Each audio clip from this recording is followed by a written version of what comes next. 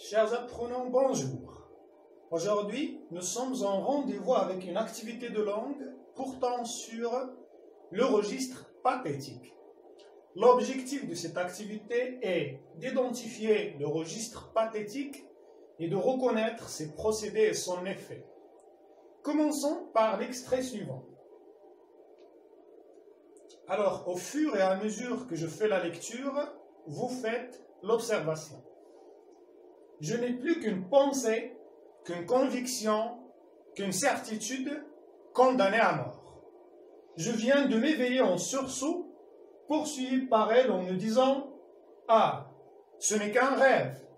Eh bien, avant même que mes yeux auraient eu le temps de s'entr'ouvrir assez pour voir cette fatale pensée écrite dans l'horrible réalité qui m'entoure, sur la dalle mouillée et suante de ma cellule, dans les rayons pâles de ma lampe de nuit, dans la trame grossière de la toile de mes vêtements, sur la sombre figure de soldat de garde dont la giberne reluit à travers la grille du cachot, il me semble que déjà une voix a murmuré à mon oreille « condamné à mort ».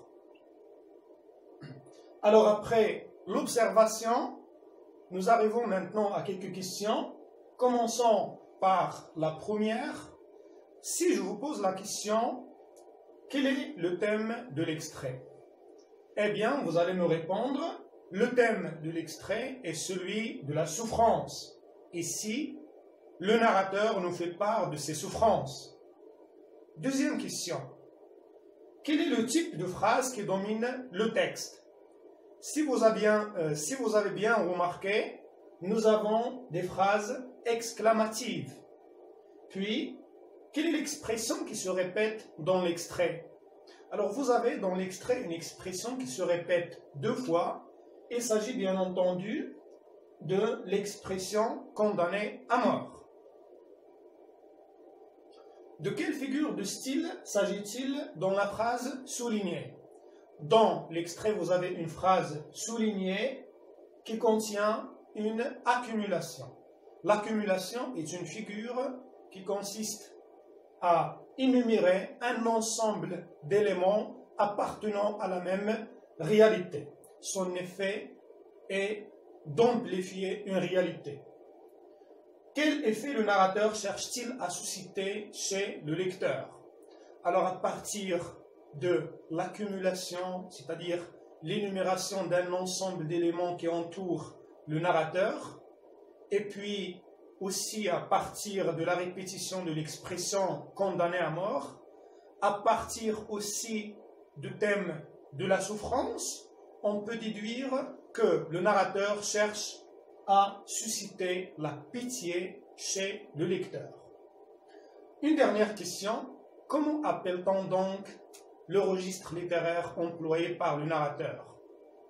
En effet, il s'agit de registre pathétique.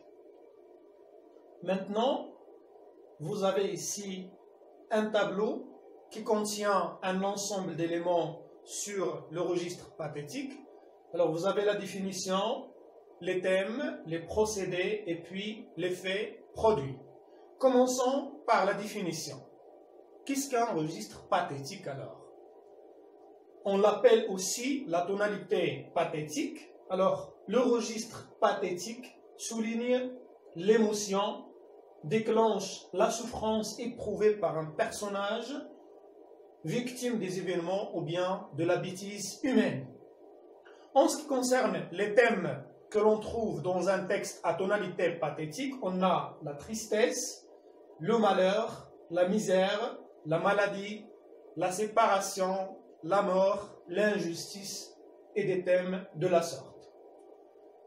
En ce qui concerne les procédés employés dans un texte qui contient un registre pathétique, on a d'abord le champ lexical de l'émotion violente, c'est-à-dire la souffrance, la tristesse.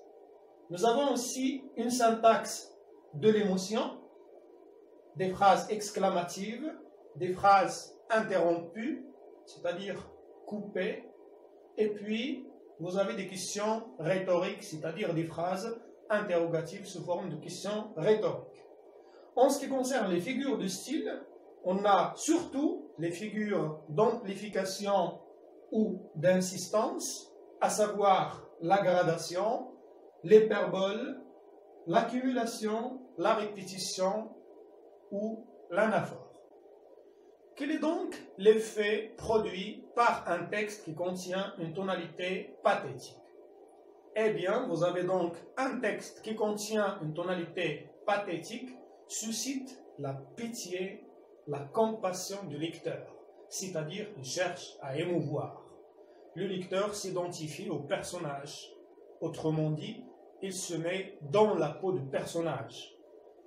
De plus, un texte à tonalité pathétique peut avoir une visée argumentative, et c'est le cas du chapitre 1 de l'œuvre Le dernier jour d'un condamné de Victor Hugo.